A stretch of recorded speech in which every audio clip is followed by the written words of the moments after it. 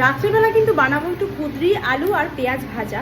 তো তার জন্য কিন্তু দেখো এদিকে নিয়ে বসিয়ে দিয়েছি কুঁদরি আর আলু ভাজা, আর সাথে কিন্তু এই একটা শশা কিন্তু ছাড়িয়ে নিয়েছি। তো শশা দিয়ে মুড়ি দিয়ে খাওয়া হবে। আর হলো গিয়ে একটুখানি ভাত বেঁচে গেছে, মানে দুপুরবেলার ভাত রয়ে গেছে। তো এখন কি হয় বলো তো, যতই ভাত করি না কেন, মানে পরিমাণ মতো চাল দিয়ে করি, কিন্তু কি বলতো সেই গিয়ে একটুখানি ভাত লাস্টে গিয়ে বেঁচে যায়। তো সেই ভাতটা রয়ে গেছে, তো সেটা ভাবছি মানে ভাত ভাজার মতো করে নেব। তো দেখো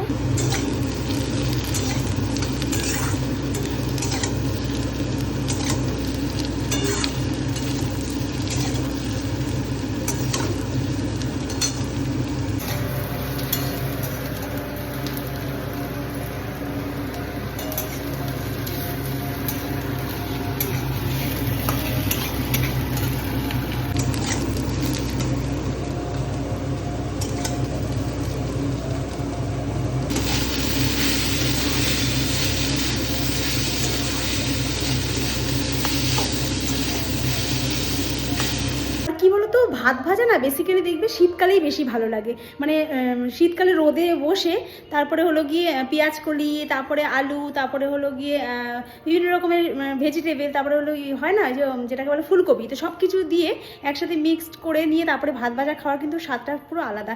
ওটা খুব ভালো লাগে। আর ভাত ভাজা আমরা খেয়ে সকালবেলা করে স্কুলেও যেতাম, তো খুবই ভালো লাগে। তো এখন গরমকাল যদিও, তবুও রয়ে গেলে কী করবো, এরকমভাবে ভেজে খেয়ে নিই। তো ভাবছিলাম এর মধ্যে ডিম দেবো, তারপরে ডিম দিলাম না। ডিম দিলে আবার কিরম হবে, কুঁদরি দিয়েছি, আলু দিয়েছি, আবার পেঁয়াজ দিয়েছি, আবার ডিম দেবো, আমার দরকার নেই, নর্মালি এরকম করে দিয়েছি।